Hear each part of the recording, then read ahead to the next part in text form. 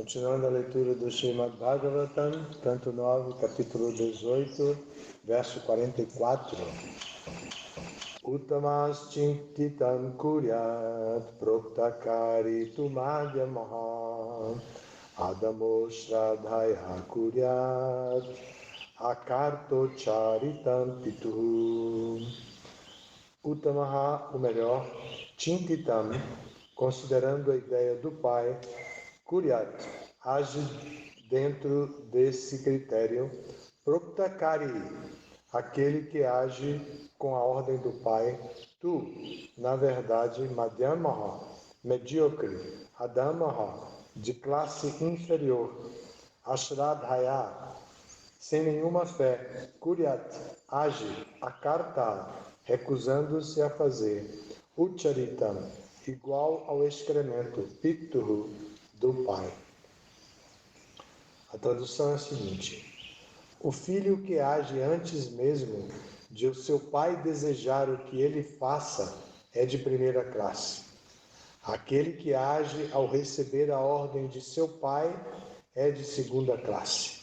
E aquele que só a contragosto executa a ordem de seu pai é de terceira classe.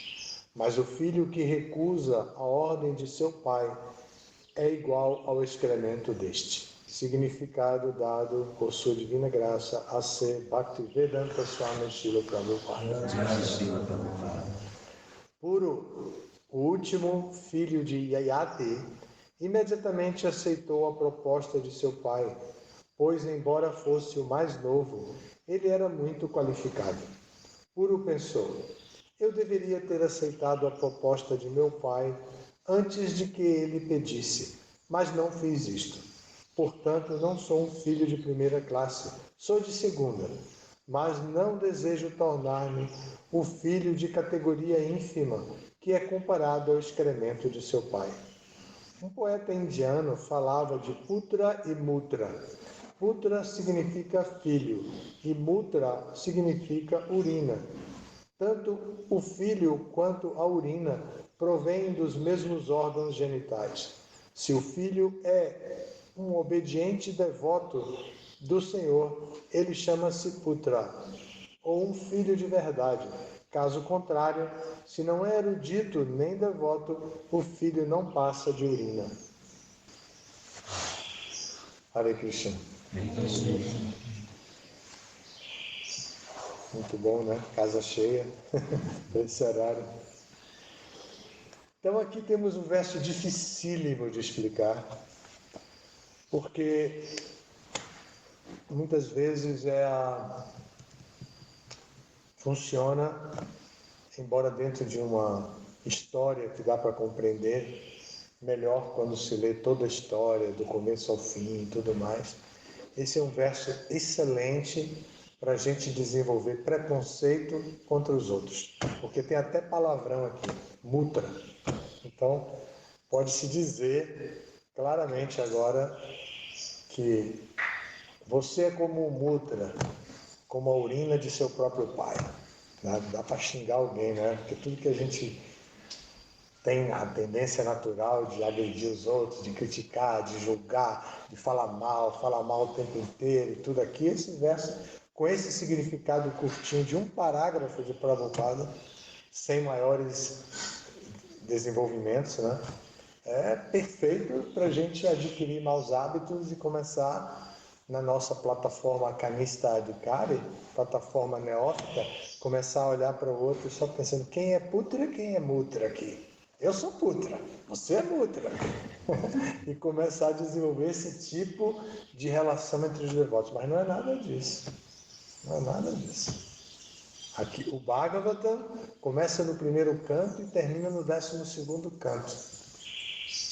Tudo que está contido dentro do Bhagavatam deve ser checado de acordo com a filosofia Bhagavata. Não deve ser checado de acordo com traços da nossa filosofia, que vamos entrar no Bhagavatam simplesmente para pescar algum conceito para fundamentar a nossa filosofia medíocre de vida material, de vida familiar e tudo mais. Se formos analisar também somente o que Prabhupada fala sobre vida familiar, nós nos desesperamos. E também, claro, nos desesperamos se somos grihastas ou se somos filhos de algum pai devoto.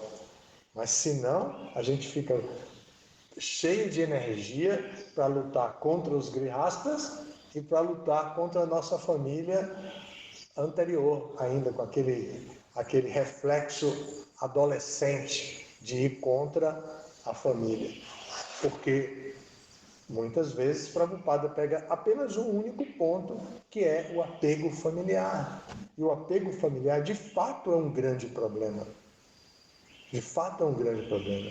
Tem pessoas que criam uma relação com a sua própria família e não conseguem iluminar a sua inteligência, mesmo vendo o funcionamento do movimento do Bhagavatam, o funcionamento do movimento do Chaitanya Charitamrita, o funcionamento do movimento do mundo.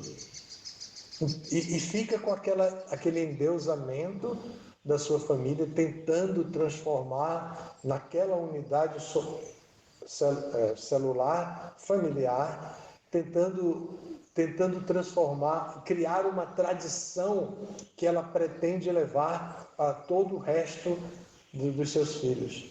Isso é gravíssimo, porque quando vêm os filhos e ela entende que os filhos estão em outra situação, que não tem tal admiração pelos avós, ela se frustra e cria só confusão. Só confusão. Então, nós precisamos ter uma visão do Bhagavatam global, do 1º ao 12º canto. E precisamos ter o conhecimento de como os pontos são abordados de maneira pontual.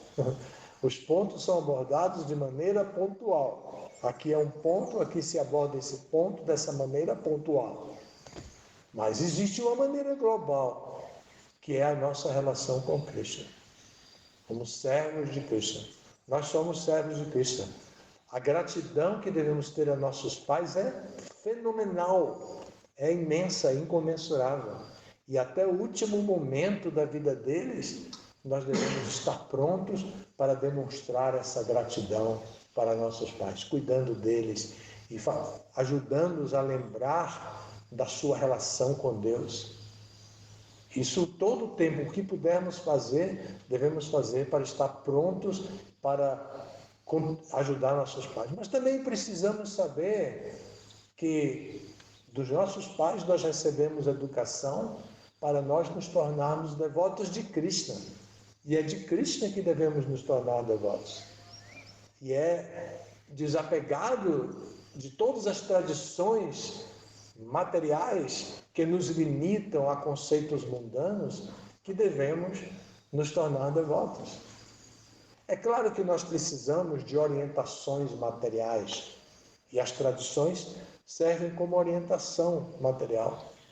A educação que os pais nos dão é fantástica, ensinar como comer, como pegar no talher, como reverenciar a praçada, como oferecer a boga, como selecionar a boga, como cozinhar para Krishna, como nos comportar com os visitantes, como receber os convidados em nossas casas, como servir aos convidados, como tratar os vizinhos, como perdoar pessoas grosseiras que às vezes nos ofendem, como dar praçada às vezes para os vizinhos, né? Isso tudo a gente aprende com os pais e também aprende com os vizinhos, né?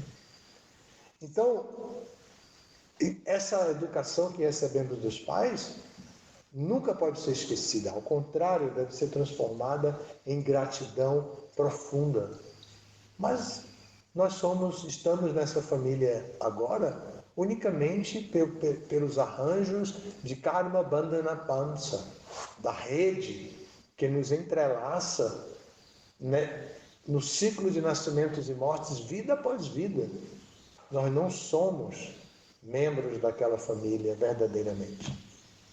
A única coisa que nós somos mesmo é parte integrante de Cristo. Essa é a nossa única identidade mesmo. Claro que nós temos compromissos. O sistema que organiza a sociedade, o sistema védico que organiza a sociedade, é o sistema Varnashram. E o sistema Varnashram é chamado de Dharma, de dever. Varnashrama Dharma.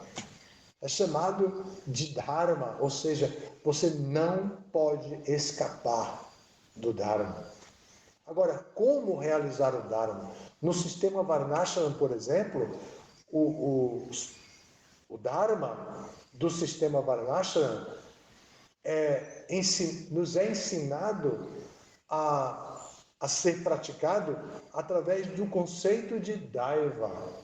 Daiva Varnashrama Dharma. Então aí a gente se localiza. Não do sistema Varnashrama Dharma simplesmente. Aqui Yayati, por apego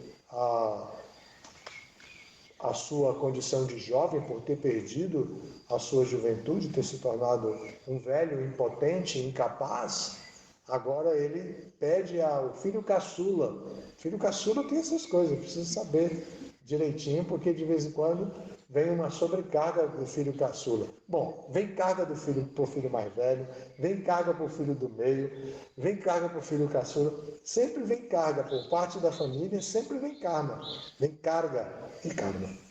Sempre vem carga, né, como a gente fala aqui, carga para ele. Mas aqui Puro recebe a carga do pai, e quem está falando aqui é Yayati, o próprio pai, com esse argumento muito pesado, né? Muito pesado, muito diferente do rei Nabhaga, também do Bhagavata, que quando o seu filho, Júnior, chega de volta do Gurukula, e os irmãos já tinham distribuído toda a herança, dizendo para o pai, ele não vai voltar não, ele é pegadinho ao Gurudeva, ele só quer andar com o Gurudeva, fica lá o tempo inteiro com o Gurudeva, ele nem lembra mais da família, se desapegou totalmente da família, ele não respeita as nossas tradições familiares, não. Ele está lá com o Gurudeva, ele vai ser brahmachari pro resto da vida.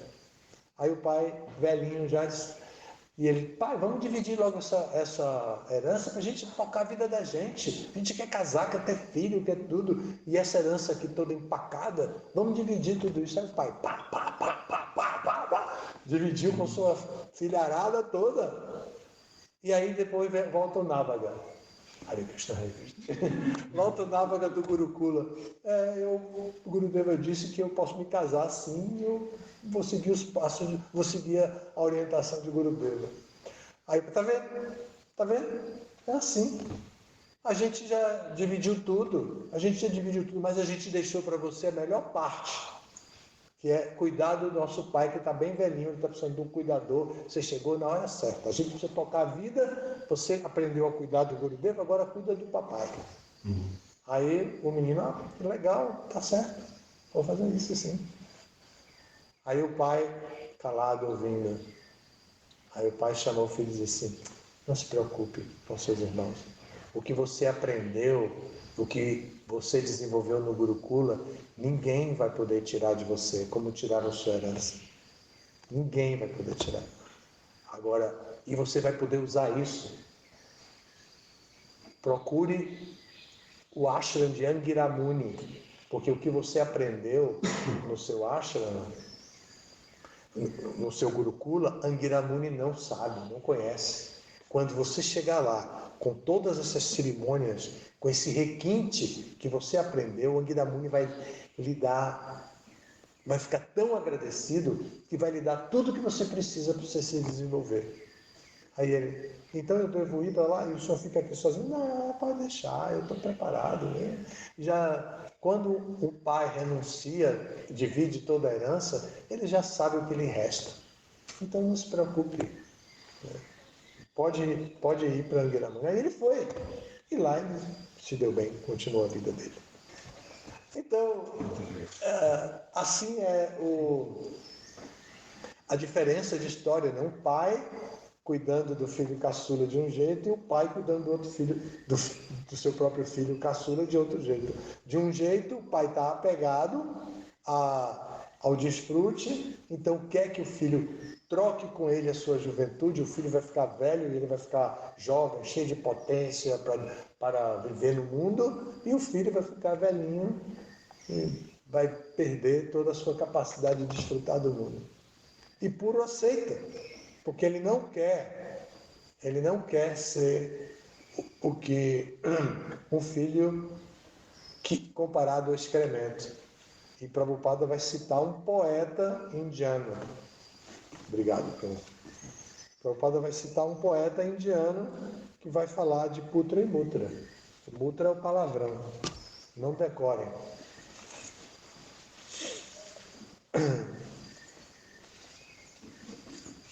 Palavrão no sentido figurativo, porque vai servir para a gente discriminar as pessoas e tudo mais. E a gente precisa transitar pelo Bhagavatam com a visão global, a visão Bhagavata, e saber como a pessoa pode se tornar um devoto avançado, um devoto puro de Krishna, que acolhe todas as pessoas, que vê Paramatma no coração de todos, que vê todos dentro da personalidade suprema. Essa visão é que nós precisamos ter da sociedade para evitar o quê? Discriminação, preconceito, maus tratos, isolamento, cancelamento, como se fala hoje em dia, né? Para evitar cancelamento e tudo mais.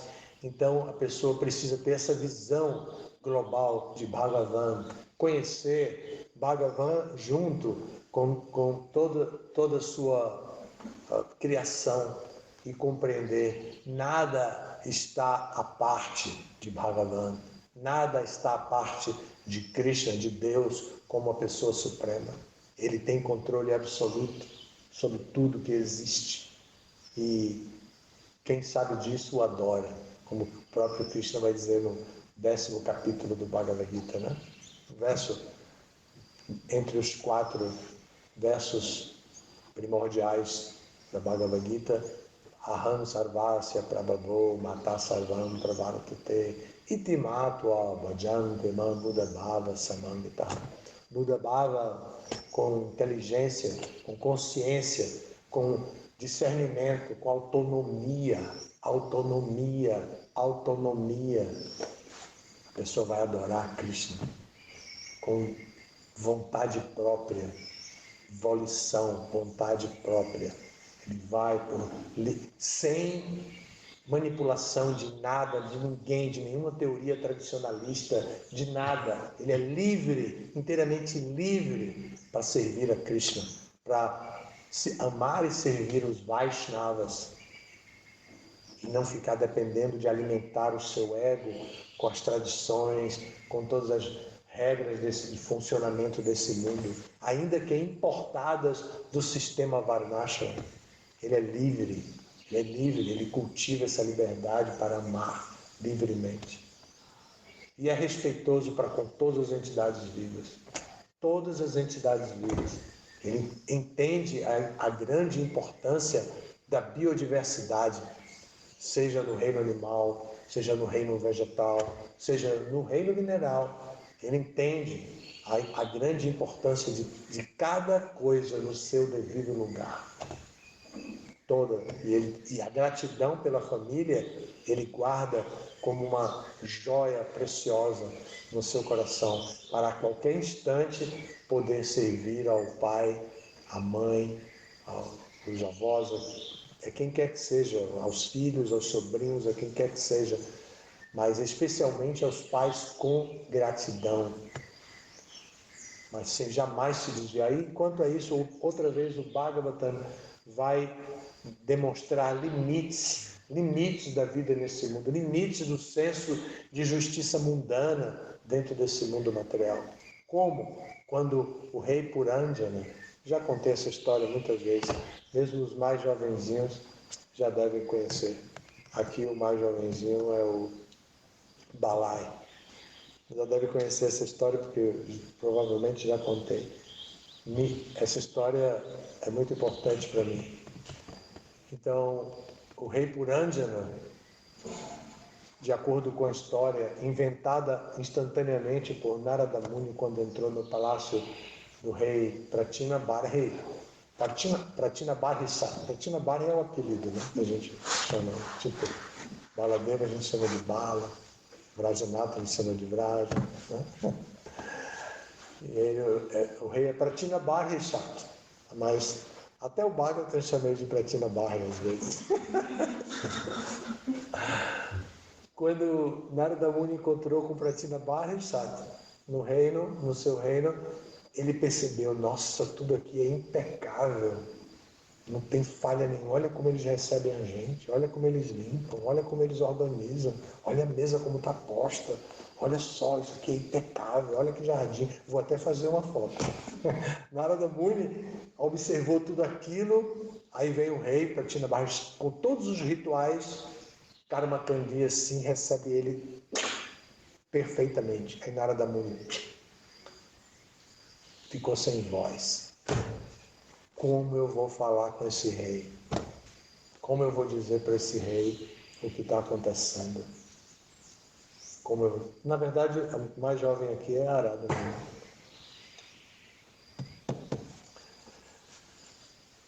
Bom, então a Narada Muni inventou uma história, a história do rei Purandjana. E com o rei falando do rei Purandjana, ele apontou a falha da perfeição. Imagine, né? Como é que a perfeição pode ter falha? Se tem falha, não é perfeito, né? Não é? Então, mas ele resolveu apontar a falha da perfeição Karmakandiya. Aqui está tudo perfeito de acordo com o veredito Karmakandiya, da seção Karmakanda dos Vedas. Mas agora eu vou apontar a falha. E apontou a falha do rei contando a história. Nessa história tem um dado momento que o rei Pratinabarhi, que o rei Purandjana se encontra com Puranjani, a sua esposa recém-casada, quando estão naquele chamego que o tempo inteiro tem que ficar. Então aqui, ó, estou na cozinha agora eu fui para a sala, viu? Agora eu estou no jardim, olha, agora eu vou lavar roupa, daqui a pouco eu estou em casa novamente. Aquele chamego natural. Então o rei saiu para caçar com o ministro, que o ministro disse, caramba, desde que você casou, nunca mais jogamos futebol, nunca mais fomos sair para caçar. Você agora fica o tempo inteiro dentro desse palácio, não quer sair para caçar. Aí ele disse, é mesmo, né? Vamos amanhã? Vamos. Aí acordou cedinho e foi caçar. E não falou para a esposa, né? E a esposa acordou de manhã e foi cuidar de tudo, as meninas todas ajudando ela, arrumando o cabelo, perfumando e tudo mais. Vestir, aí ela sai dos seus aposentos assim, toda lindona, e vai para o foyer, para o hall. Foyer é francês, como quando o francês predominava, em arquitetura chamava a parte da frente de foyer. Agora é hall, também é inglês, né? Parece que não tem uma palavra em português. O hall de entrada do palácio, ela foi pro hall toda linda assim, as meninas segurando a mão, a outra levantando a ponta do vestido, lá vai ela, né? Toda linda. Aí ela disse, onde está o rei? Aí uma delas disse assim, aí ele foi caçar, um inocente, né? Chegou a inocente lá. Aí ele saiu para caçar com o ministro para fazer exercício. Que? Ele saiu e não me pediu permissão. Aí o bicho pegou, né? Ela foi ficando depressiva, deprimida, desmoronando. Toda aquela beleza dela se transformou em líquido. As lágrimas lavando todo o rosto, aquele cajal assim, saindo, sabe? Escorrendo, pingando aqui no vestido. Aquela coisa toda. Ela estava tão feia, tadinha. Não devia estar feia, ela devia ser linda de qualquer jeito, né? Mas ela ficou depressiva, assim. Aí o rei chegou. Quando o rei chegou, uma menina foi correndo para a porta. Olha, a rainha está assim, ela está muito magoada, porque você não pediu permissão, saiu sem falar e tudo. Aí ele ficou ainda mais excitado, né? Aquilo para ele foi motivo de excitação. Ele disse, não se preocupe não. Entrou pelo fundo, tomou banho, tirou a bota fedorenta dele, largou para lá, entrou, se perfumou todo e aí foi lá no hall. Aí disse para as meninas, por favor, ele disse, deixa eu ficar sós com a rainha. Aí deixaram ela numa jogada no chão, toda assim. Aí ele põe a cabeça dela no colo, assim, aí começa a falar, o que foi que aconteceu com você? E ela, não digo. Você já sabe, não sei o quê. Aquela coisa, aquela lenga-lenga bem conhecida. Qualquer dúvida, assista um capítulo de novela mexicana e vocês vão saber rapidinho do que eu estou falando. Aí ele fala aquela lenga-lenga toda, aí ele diz, diga para mim, porque eu sou rei poderoso. E hoje então que eu cacei não sei quantos ursos, não sei quantos leopardos, estou aqui poderoso, meu arco tinindo, minha espada afiadíssima, o ministro afiou, minha espada está mais afiada do que nunca. Então, diga aí quem foi que ele maltratou, que com a minha espada eu vou decepar a cabeça desse sem vergonha. Desde que, aí entra o que eu quero dizer, toda essa história, só para dizer isso, o limite. Desde que não seja um Brahmana, não seja um Vaishnava. Quer dizer, se fosse um Brahmana, se fosse um Vaishnava, ele não iria decepar a cabeça, ele iria ter outra atitude para resolver o problema. Então, o limite, nós, ainda que intoxicados por qualquer coisa dentro desse mundo material, inclusive nossa própria luxúria, nossa famosa libido que tanto conhecemos, nunca deve interferir nos valores mais intrínsecos da vida espiritual, que é sadhusanga.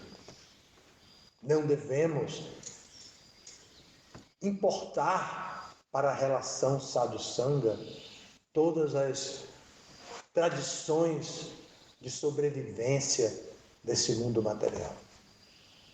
As tradições pragmáticas, as tradições sofisticadas, o que seja, não devemos importar para dentro do conceito sadhusanga, nos estágios Navabhaktikrama, os 9 estágios de desenvolvimento até Prema.